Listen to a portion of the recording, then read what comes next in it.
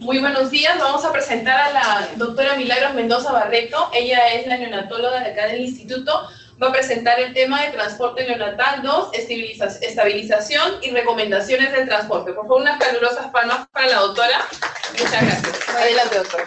Buenas tardes. En la anterior lección habíamos hablado de transporte neonatal en general. Ahí había dado algunas recomendaciones y unas pausas, pero igual voy a hacer énfasis en las cosas como para hacer una recapitulación total. Transporte neonatal. Conversamos en esta oportunidad y en la anterior vez que el transporte neonatal puede ser intraútero, intrahospitalario e interinstitucional. Son los tres tipos de transporte que tenemos estudiados ya. ¿Y qué es lo que nos interesa? Bueno, este es el tema, soy neonatóloga, vamos a hablar de transporte neonatal. Con algunas cosas pediátricas, pero en general es el transporte ideal, el transporte neonatal. Recordando que el transporte intraútero es el más seguro, es el que siempre debemos procurar realizar. En esa oportunidad pregunté quiénes eran pediatras y quiénes estaban votando en pediatría. ¿Todos son pediatras? ¿Sí? Qué bueno. Entonces, siempre vamos a procurar que el transporte sea intraútero. Todos los pediatras van a tener la oportunidad de recibir un recién nacido, ¿no? Y tener el primer contacto cuando le llamen para tener un parto, ¿no? Una cesárea. Ver todos esos factores de riesgo y realmente valorar si amerita que el bebé tenga que nacer en una unidad, que no cuente con su soporte. Debemos recordar que el transporte es un proceso que puede ocasionar descompensación aún en los equipos entrenados.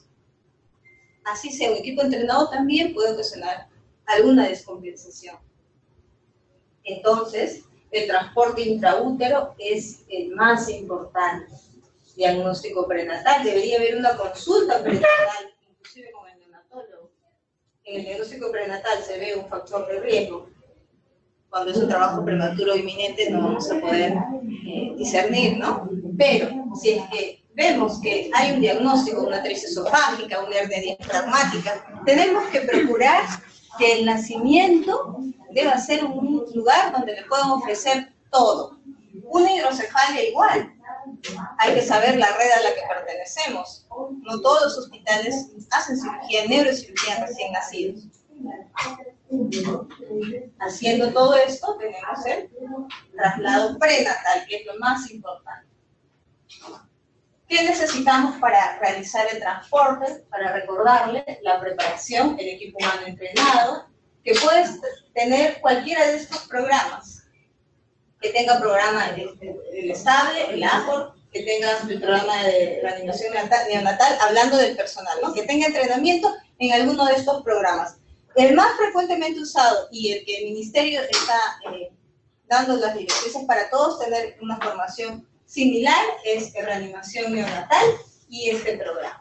Aunque en salud también tienen estos dos programas, tanto para el personal de enfermería como médico, o inclusive un terapista respiratorio también pueden ser las funciones en transporte neonatal. Y lo importante es que tenga experiencia en neonatología, ¿no? Es un programa, son programas de transporte. Hay el programa de transporte neonatal y pediátrico en nuestros países, no es algo ya organizado y estructurado. Entonces, aquí para recordar esto quiero que siempre lo tengan en atención porque vamos a conversar siempre de cada fase cuando hagamos los ejemplos o estemos conversando. Nos vamos a acordar fácil. Iniciando el transporte, las fases del transporte, activación, su mismo nombre lo dice, ¿no? Activación, contacto, preparación, estabilización, transporte y recuperación. Es la fase final del transporte. En el transporte neonatal y pediátrico se llevan estas fases. En los centros de entrenamiento americanos y europeos tienen casi similar. Algunos son 4 fases, pero igual tienen todo, ¿no? Activación, contacto, a veces esto está junto, activación y contacto, preparación, estabilización, transporte y recuperación, porque siempre tenemos que, al final del transporte, hacer una cronología de qué nos faltó hacer o qué sí realizamos correctamente. Entonces, hablando de las fases de activación y contacto, en la primera charla hablamos de centro emisor y centro receptor, ¿no? Ya, igual, centro emisor, el que va a enviar al paciente, y receptor, el que va a recibirlo. La mayoría de la bibliografía se va a basar en el centro emisor y centro receptor. El hospital emisor, ¿de qué está encargado? O sea, ustedes que en algún momento van a ser el hospital emisor. ¿Qué es lo fundamental? Datos del paciente. Es la primera aproximación que ustedes van a dar al diagnóstico, porque justamente están tratando de ofrecerle mayor amplitud a ese paciente, ¿no? Incluso en los diagnósticos, pero siempre tenemos que tener una primera valoración diagnóstica que le va a ayudar al médico que va a recibir al paciente. El tratamiento instaurado, a veces nos es difícil, nos mandan al paciente y no tiene el tratamiento que le han dado, ¿no? Eso es importantísimo para la etapa neonatal y pediátrica. Respuesta y grado de compromiso. Hice esta acción y usted al momento de referirse, hice esta acción y la respuesta fue positiva o negativa, o sea, ¿hubo buena respuesta clínica o no? También nos interesa saberlo para no hacer esa acción nuevamente. Documentación y soporte a padres, fundamental. En esta institución nos complace trabajar porque realmente el sistema de referencias está integrándose adecuadamente. Nosotros ya sabemos los datos del paciente antes que llegue, estamos esperándolo en horas, ya faltan 5 horas, ya faltan 4 horas para llegar. Eso no quiere decir que no se hagan los trámites administrativos, ¿no? Un paciente no debe esperar por un trámite administrativo, eso no. Pero eso se puede hacer en línea, ¿no? Ya pueden mandar los documentos mientras está llegando el paciente. Soporte a padres. Siempre hay que conversar con los papás, aparte de que firman los consentimientos para el traslado, que también INSA ya lo tiene estandarizado. Tenemos que conversar a los papás sobre la situación, el momento, desde que están recibiendo el paciente para transportar y un cuadro completo, no digo que no digamos falsas expectativas, pero siempre conversando con la verdad. Entonces, indicaciones del transporte neonatal. Como les comenté, en las guías de manejo de recién nacido de los hospitales, cada hospital va a tener su guía, o de manejo de paciente pediátrico, en los casos de los pacientes pediátricos. No quería darle una lista enorme de patologías, pero quería que se lleven esta idea. Incapacidad para atender a ciertos recién nacidos. Falta de personal especializado, falta de medios, etc. Y ahí está, podemos tener el parto prematuro menor de 32 semanas, debe nacer en una unidad que le pueda dar soporte nutricional, ventilatorio, surfactante. Si tienen una gestante que no está en trabajo de parto, con la escala Malinas, que usa ginecología, de saber cuánto tiempo va a demorar en llegar a un establecimiento, ustedes pueden luchar para que ese paciente vaya intraútero, ¿no? Pero si desgraciadamente nace, bueno, ya sabemos que inmediatamente van a nacer y yo ya estoy pensando cómo lo voy a transportar, menor de 32 semanas. Patología con diagnóstico prenatal, hernia traumática, 3 esofágica, gastroquisis, hidrocefalia, tengo que saber qué hospital va a poder resolver eso. Nivel de gravedad o prematuridad. Técnicas diagnósticas especiales. En este instituto se derivan bastantes pacientes para tomografías, ecografías, ecocardiografías. Eso también es importante. No es una emergencia, pero tengo que saber a dónde lo voy a derivar. Necesidad de técnicas terapéuticas especiales, cirugía programada, BAFO, ECMO. Entonces, estas son las indicaciones generales para transporte neonatal. Listo. Entonces, la fase de preparación, ¿no? Ya estábamos, a ver.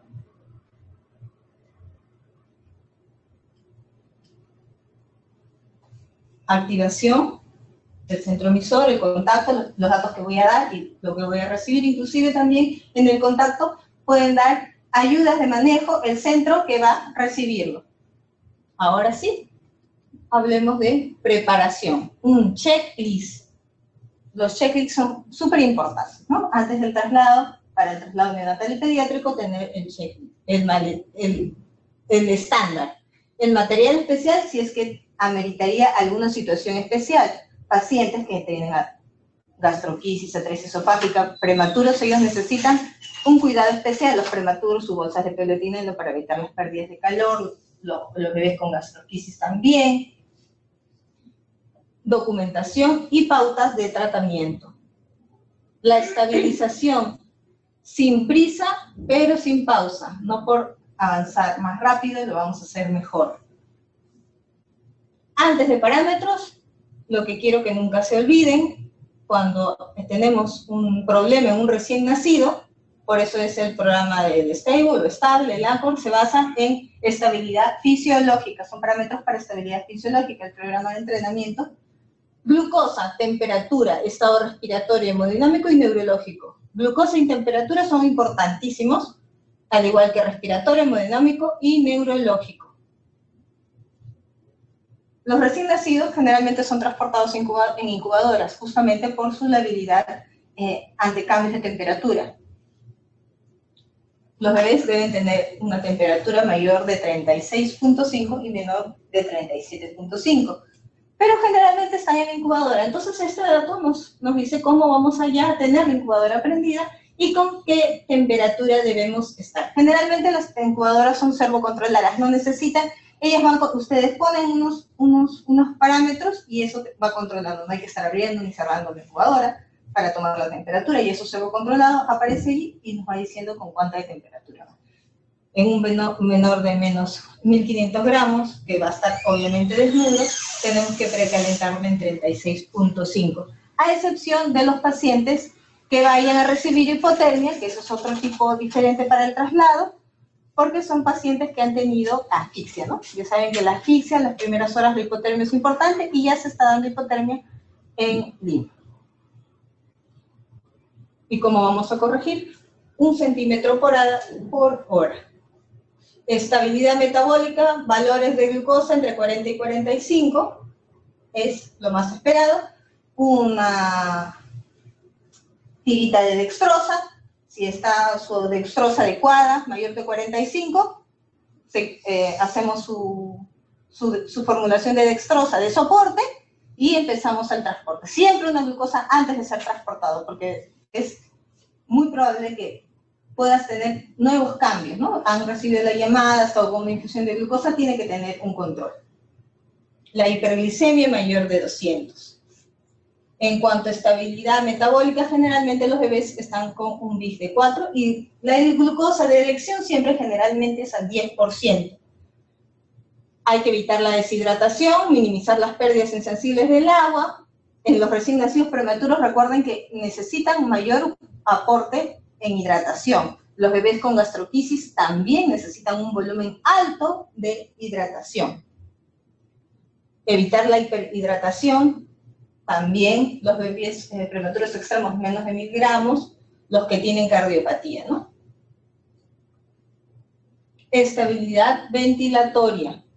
Entonces tenemos glucosa, temperatura y estabilidad ventilatoria. La vía aérea, sabemos que los pequeños tienen una vía aérea con tendencia al colapso porque su laringe está en posición más anterior, y la posición que nunca debemos olvidar para los recién nacidos es la posición de la cabeza en olfateo. No se olviden de que un paciente tiene que tener la descompensación de la cámara gástrica con su sonda nasogástrica, si es que va a estar en ventilación nasal no invasiva o CPAP, o en ventilación mecánica, porque estos pacientes también pueden ser transportados en ventilador y hay que tener mucho más cuidado. Los pacientes con inmadurez pulmonar pueden tener déficit de surfactante, no solo los prematuros. Hay que tener cuidado con la hipocapnia, con la hiperoxia. Aumentar mucho la concentración de oxígeno hace daño. El flujo sanguíneo a nivel central. Los prematuros hacen apneas, eso también hay que tener en consideración. En conclusión, hay que individualizar el soporte ventilatorio. Para cada paciente tengo que proveer un soporte adecuado. Entonces, antes del transporte, ¿qué consideraciones o recomendaciones debemos tener? Lo primero, el paciente crítico en condiciones de estabilidad, las que ya hemos comentado. Esas 5 condiciones son importantes. No se olviden que antes, durante y después del transporte tenemos que tener una ficha de monitorización donde debemos controlar sus funciones vitales. Hay bebés que vienen de más de 6 horas de traslado y solamente tienen los datos de la salida y de la llegada. Temperatura, parámetros ventilatorios, frecuencia cardíaca, respiratoria, presión arterial, diuresis. Si un paciente va a requerir intubación, tengo que sospecharlo antes, ¿no? Es difícil, sí, pero lo mejor es una vía aérea segura. Si amerita intubación, pues se le tendrá que realizar y colocar correctamente el tubo endotraqueal para evitar extubaciones accidentales durante el transporte. Si el equipo de transporte lo intubó, tiene que ser controlado con una radiografía previa a la salida. Y si la salida va a demorar y le intubaron 1 hora, pues nuevamente se controlará con una radiografía. Y debemos comprobar la permeabilidad del tubo endotraqueal además. Buena sedación, importante, si fuera necesaria. Seguridad. La seguridad del transporte es fundamental. Esto son los pequeños que van a tener por un transporte en helicóptero o aéreo, inclusive para los terrestres también. Son protectores auriculares, la sujeción para los recién nacidos también deben estar asegurados. Esto es un método, está el método del nido, que ustedes lo conocen cuando rotan en las unidades neonatales, ven por qué está el nido. Aparte que necesita contención para que les disminuya el estrés que les ocasiona el viaje, es por seguridad. También se pueden colocar como unas abrazaderas de tela envolviendo a recién nacido. ¿Qué cosa nos asegura también? Tener a la orden las diluciones de fármacos que ustedes vayan a prevenir que puedan necesitarlo, ¿no? Ya rotuladas, estandarizadas por parte del equipo. Tener cuidado al cargar y descargar la incubadora, ¿no? Hay que conducir con suavidad. Se sabe que velocidades mayores a 60 km/h incrementan la vibración y esto en los prematuros tiene mayor riesgo para sangrado intraventricular. Hay que posicionar al neonato sobre una superficie acolchada y proteger la cabeza de las paredes de la incubadora, ¿no? También esta es una y otra como una cabecita también. Intentar mantener posiciones similares a las fetales, todos flexionados a la línea media. Hay que utilizar las sujeciones de seguridad para el paciente siempre. Y tratar de proveer un adecuado aislamiento térmico y acústico. Por eso les decía los de la incubadora, ¿no? Hay incubadoras que no vamos a estar abriendo y cerrando la incubadora. Todo eso ya está controlado por un monitor. Eso es lo ideal.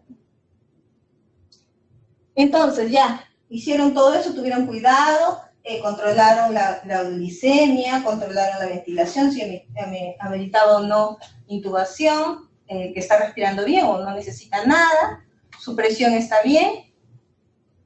Estamos preparados para salir. Hay escalas, en algunos lugares los usan, otros tienen sus propias escalas. Nosotros estamos tratando de tener nuestra propia escala, se nos hace difícil. Las escalas más frecuentes usadas en el transporte en condiciones de gravedad y mortalidad son SNAP-2, TRIPS, y hay inclusive TRIPS-2 y TOPS. Todo esto pueden encontrar en la bibliografía. Nosotros estamos implementando el TRIPS, ese riesgo durante el transporte para estabilidad fisiológica, ¿no? Y es fácil. Ustedes, los que nos refieren pacientes, entregamos una hojita. Estamos tratando de hacer más amigable la hojita, pero en todas está estos casilleros para ver la puntuación, ese riesgo de muerte y de mortalidad para los 7 días al ingreso de una unidad de cuidados intensivos neonatales. La temperatura la pueden tener en cualquier momento del transporte. Antes de salir, les da una escala de 8, 1 y 0. La condición de respiratoria, todos podemos ver si hace apnea y contar su frecuencia respiratoria, si es mayor de 60 o menor de 60 y si necesita oxígeno. Eso es fácilmente aplicable.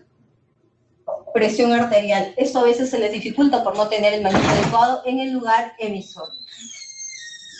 Y la respuesta al estímulo doloroso también lo podemos valorar. Son cosas que se pueden implementar, ¿no? Y por eso lo clasificaron en 4 calorías, en 4 categorías según su valor, de 0 a 10, de 11 a 20, de 21 a 30 y muy elevado a 30. Nosotros enviamos esta hoja cuando nos llaman para transferirnos un paciente, no necesitan sabérselos de memoria, enviamos con todo eso y solamente está para marcar. Entonces cuando llega el paciente vemos en cuánto está la escala, ¿no?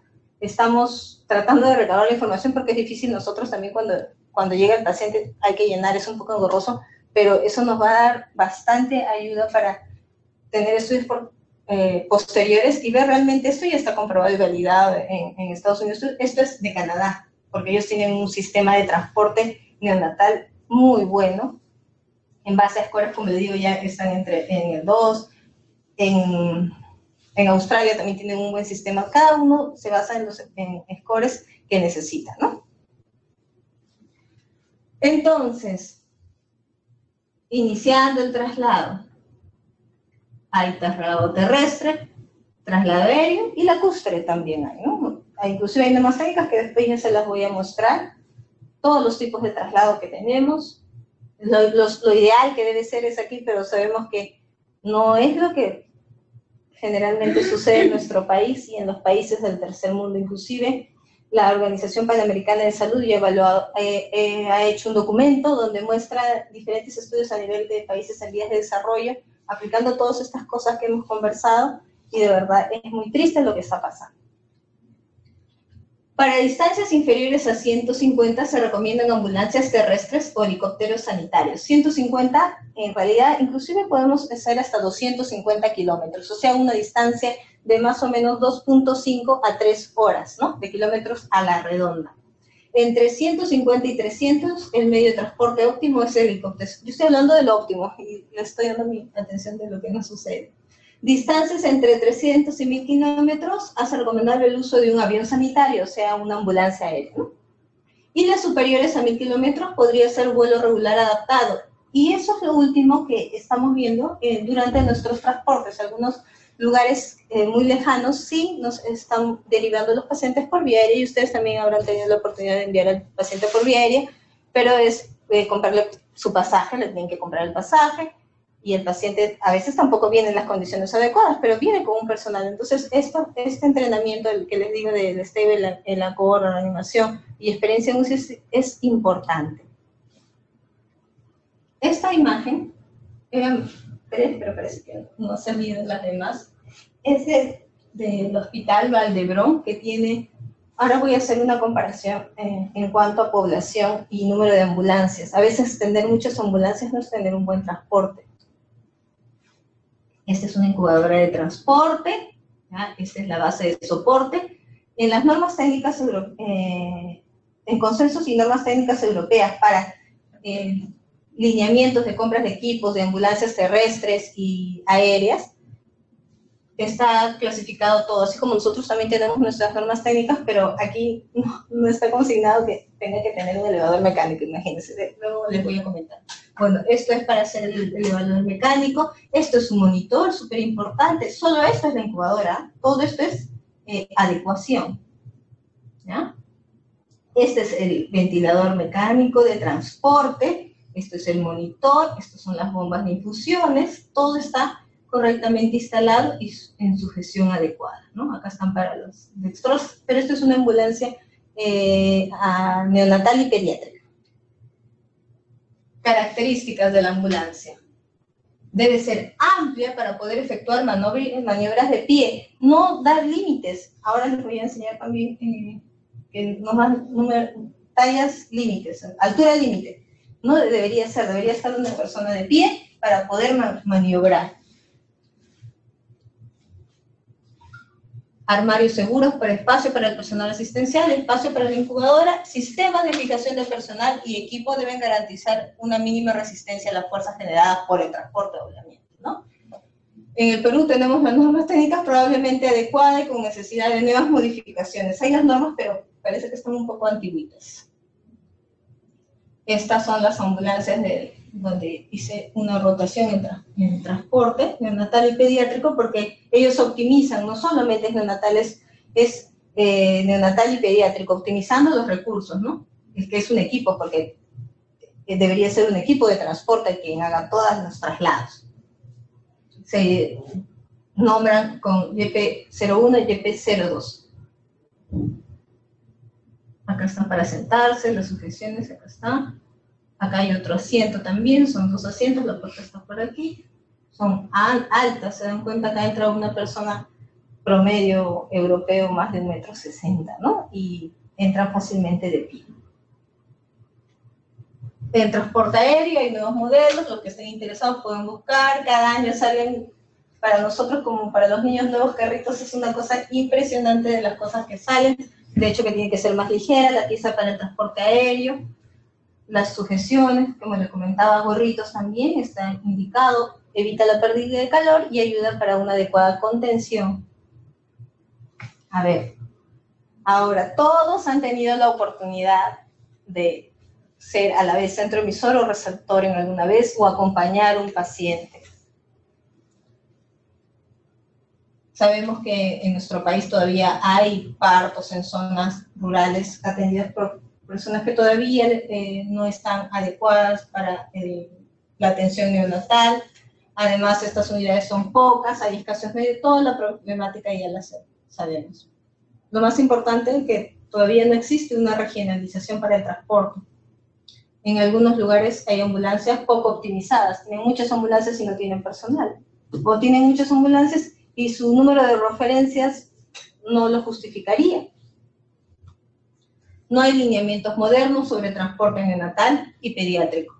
Estas son las normas técnicas del MINSA que todavía están en vigencia, la norma técnica para el transporte asistido por vía aérea, ambulancia aérea, por ejemplo aquí dice la finalidad, el objeto, disposiciones, ¿no? Clasificación, tipo 1, tipo 2, eso es lo que ustedes siempre han oído. La tipo 3, que debería ser para el transporte de neonatos, dice, para el transporte asistido de pacientes en estado crítico, inestables que requieren asistencia médica especializada durante el traslado. Y cada ambulancia, según su tipo, debería tener una serie de criterios, pero muchas veces vemos que se dicen que son de tal tipo y no tienen las condiciones que deberían, ¿no? Identificación del tipo de ambulancia, acá está la ambulancia urbana, la ambulancia rural, y lo que les comentaba, ¿no? Miren, la de tipo 3, altura no menor de 1,60 m, pero cuando ponen límite, no menor, saben que pueden hacerlo hasta de 1,60 m, ¿no? Entonces, ahí faltan cosas para modernizar. Deberá contar con un medio de separación de la cabina de conducción del vehículo, bueno, eso es todas, pero aquí no está el sistema automático para elevación de las camillas, no está escrito aquí, entonces hay cosas que faltan agregar, ¿no? Porque no tenemos que cargar, casi todas las ambulancias tienen que buscar a alguien para que les ayude a cargar, eso no debería ser, porque eso es inadecuado para trasladar a un recién nacido, e inclusive para un paciente pediátrico, no se debería estar cargando. Bueno, cargando la incubadora. Tendría que tener un buen equipo, ¿no? Bueno, ya, y los estudios en cuanto al transporte, ya todo está estudiado. Lo más importante es prevenir la hipotermia, porque eso es lo que es la causa más frecuente de complicaciones y es la que menos se controla. Lo que menos controla, que es tan fácil, es la temperatura. Hipertermia, hipoglucemia, mala perfusión, duración prolongada de transporte, pero hay algunos que, inclusive si el transporte es más largo de lo usual, con un equipo entrenado se disminuyen los riesgos. Neumopatía crónica también. Ya. A ver, todos son de Lima, son de provincia. ¿No? De Lima, de provincia. Bueno, ya. En Lima, según la fuente de estadística e informática que hicieron, ¿se acuerdan los censos? Tenemos un número de más de 600.000 nacimientos, ¿no? Inscritos, o sea, de bebitos que se han nacido y le han hecho su certificado de nacimiento, son más de 600.000. Y nuestra área es de 34.000 kilómetros cuadrados. Miren la cantidad, ¿no?, de pequeños que nacen en nuestros 34.000 kilómetros cuadrados. Lo sigue Piura, bastantes nacimientos también. Lima con 136.000, perdón, es total de nacimientos, me he confundido, son un total de 600.000 para 136.000 nacimientos. Ustedes saben que en cada hospital se tiene por lo menos 2 ambulancias, ¿no? ¿Han visto cuántas ambulancias tiene su hospital? ¿No se han percatado nunca? Los hospitales grandes generalmente tienen 2, algunos tienen 1, ¿no? pero siempre hay ambulancias. ¿Cómo se estará usando este recurso, no? Faltan estudios para ver qué estamos haciendo con los traslados, cuántos traslados se hacen y cómo se está optimizando estos recursos. Por eso es que es importante tener un equipo de transporte. Salud tiene su equipo de transporte, no es un transporte especial para neonatos y pediátricos, es todo, ¿no? Para neonatos, pediátricos y adultos. Es una forma de que optimiza sus recursos. Barcelona tiene 70.000 para un área de 32.000 kilómetros cuadrados e iniciaron solo con 2 ambulancias y un equipo de transporte. Las ambulancias les daban, entre comillas, duro todo el día cuando iniciaron, pero optimizaron sus recursos. Y con un número de atenciones anuales en el 2012 es de 1.200. Esto es de 2012 porque yo cuando estuve fue el 2014, así por eso es un poco, debe estar muchísimo más ahora. Ya, entonces, son ejemplos como cualquiera porque hay infinidad de pacientes que son para trasladar, ¿no? Una mamá ingresa a Hospital Materno Infantil en Lima, embarazo controlado con diagnóstico prenatal de pie equino. Vamos a hacer los comentarios, yo los voy a hacer los comentarios también, y quien se anima para conversar, aunque creo que no va a dar el micrófono, ¿no? Bueno, entonces voy a hablar yo. A ver, una mamá probablemente se controló en el centro materno infantil y le hicieron el diagnóstico prenatal del pie equino. Su embarazo ha sido controlado. ¿Qué comentarios tendrían al respecto? Lo primero es que si está en un centro materno infantil y controlado, es una mamá que está estable, ¿no? Y que el médico puede derivarla a un lugar donde le puedan prestar tratamiento a su bebé cuando nazca, ¿no? Entonces, saber, decirle a la mamá que tiene que ir a atender su parto en un lugar donde le puedan ofrecer lo necesario. Pero el pie equino, su tratamiento son colocación de yesos semanales. Entonces, lo ideal sería, ¿no?, que el pediatra ya hubiera tenido el primer contacto con la mamá y decirle en dónde va a poder ayudar a su bebé. Eso sería un traslado intraútero. Ya, a ver, sí vamos a conversar un poquito más. Recién nacido de parto eutóxico en clínica particular de La Esperanza en Trujillo. ¿Hay alguien de Trujillo? No. Entonces, nació en una clínica, parto eutóxico, es lo único que sabe cuando llaman al neonatólogo de turno, para coordinar referencias por hipoglicemia. Aquí vamos a desarrollar las fases de transporte.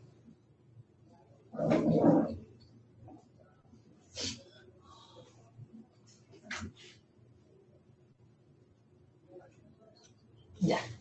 Entonces, recién nacido de parto eutóxico, mamá con aparentemente nada, o no sé, porque tendría que preguntar, y me dicen que tiene hipoglicemia. Entonces, activación. Probablemente la clínica no tenga, de hecho que no va a tener un servicio de transporte, pero vamos a tratar de adecuar a la situación real en la que vivimos. Activación y contacto. En la activación y contacto es el primer acercamiento que voy a tener. Tengo que dar más datos.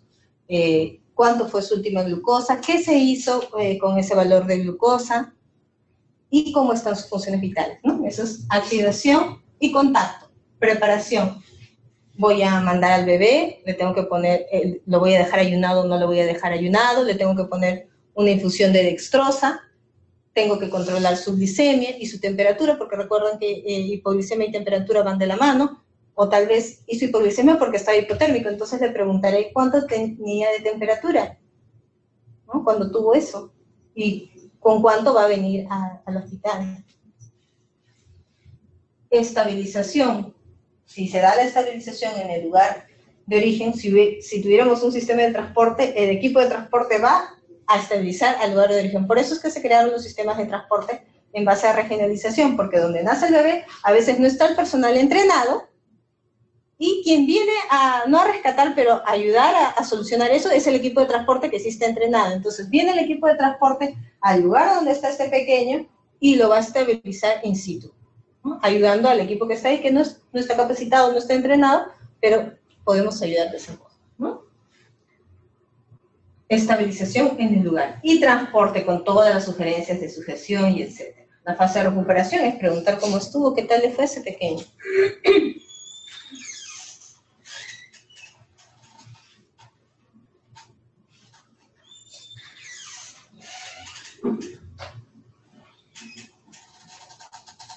Ya.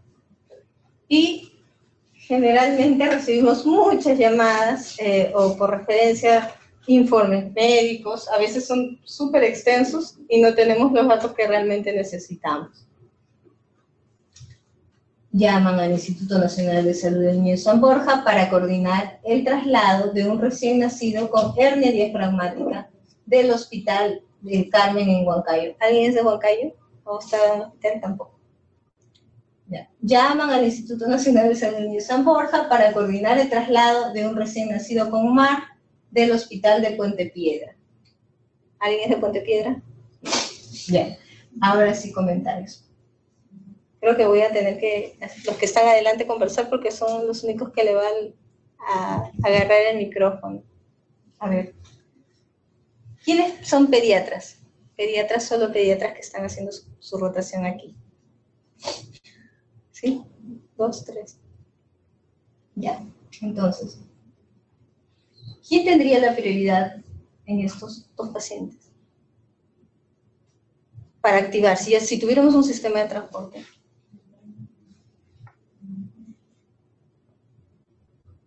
Por la distancia, ¿no? También tendríamos que ver, tenemos que valorar todo el entorno, ¿no es cierto? Eso es para pensar. Este bebé que nació con hernia diafragmática probablemente no fue controlado, fue un diagnóstico del nacimiento, porque para informarles también, estamos tratando de tener el programa de hernia diafragmática en el instituto, ¿no? Tratando de que la mayoría de los bebés que nacen vengan a nuestra institución, pero sabemos que los traslados son muy largos y eso puede ser ocasionar descompensaciones. Sí hemos tenido hernias diafragmáticas con traslados aéreos, pero como comenté en la anterior ocasión, ya hay las normas, el sí aprueba los traslados aéreos, pero desgraciadamente a veces demora, ¿no? Bueno, entonces, este bebito con hernia diafragmática está en un hospital. Pueden darle su soporte porque es un hospital, ¿no? El Hospital de Carmen de Huancayo tiene unidad de cuidados intensivos neonatales, tiene incubadora de transporte y ventilador de transporte, pero desgraciadamente los traslados, bueno, en los últimos 5 años que hemos visto, la mayoría han sido traslados terrestres. Sabemos que hay un avión, vuelos aéreos a Jauja, pero no hemos tenido nunca traslado aéreo. Sería lo ideal, pero es difícil por las condiciones climáticas y otras cosas que hay que saber. Recién nacido con malformación anorrectal del Hospital de Puente Piedra, ¿no? Está cerca y podemos darle el soporte adecuado, y más si es una... Ay, perdón. Ay, no se parece. Y más si es una malformación anorrectal, si es que es sin fístula, es una emergencia, ¿no? Si tuviéramos un programa de transporte neonatal, iríamos al lugar, haríamos todas las fases, ¿no? Se hace contacto, decimos funciones, lo más importante, la estabilidad, ¿no? Temperatura, frecuencia cardíaca, frecuencia respiratoria, diuresis, estado de conciencia, en este caso es su llanto, es lo que evaluamos. Y colocamos una... Para cada recién nacido tiene una peculiaridad, sí, no es tan estandarizado, pero los cuidados básicos son los que les he comentado, ¿no? Para un bebé que tiene obstrucción intestinal, porque esto sería una obstrucción intestinal, líquidos adecuados, sonda orogástrica, y la resolución quirúrgica que tiene que ser pronta, ¿no? Sin fístula puede tener riesgo de perforación. ¿Qué hacemos con el bebé de la hernia diafragmática? Comunicación directa, y vamos haciendo la documentación, vamos dando pautas de manejo vía telefónica, si va a ser trasladado, una sonda orogástrica, aspiración de estómago, aspiración continua para evitar la distensión de las asas, intubación. Este bebé ideal, si tuvimos ese contacto, lo primero que tenemos que decir, sedación e intubación, ¿no? Entonces, todo esto tiene un fin. Para mí lo más importante que se lleven es, uno, que el transporte neonatal es importante, es una necesidad en nuestro país. Si algún día tienen el contacto para formarse en eso o tal vez su interés, es súper importante. Que no hay todavía una regionalización, no tenemos un equipo de transporte neonatal y pediátrico, porque así optimizaríamos los recursos, no solamente de recién nacidos, sino neonatal y pediátrico, que el traslado debe ser idealmente prenatal y que no se olviden la estabilización, ¿no? La temperatura, la glucosa es súper importante para un recién nacido, su sujeción, su contención y el soporte familiar. Lo demás nos pueden llamar. ¿Listo? Hasta luego.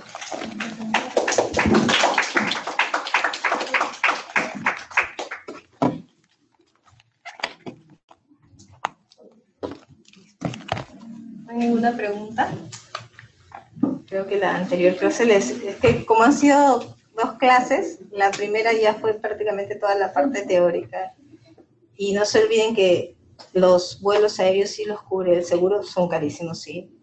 30 a 35 mil soles, por eso así nos evitamos gastar todo ese costo, pero un bebé lo vale, pero si pueda ser diagnosticado prenatalmente y transferido antes que nazca, nos ahorraría un montón y sería mucho mejor para un desenlace bueno de ese bebé. ¿Una pregunta más? Hasta luego.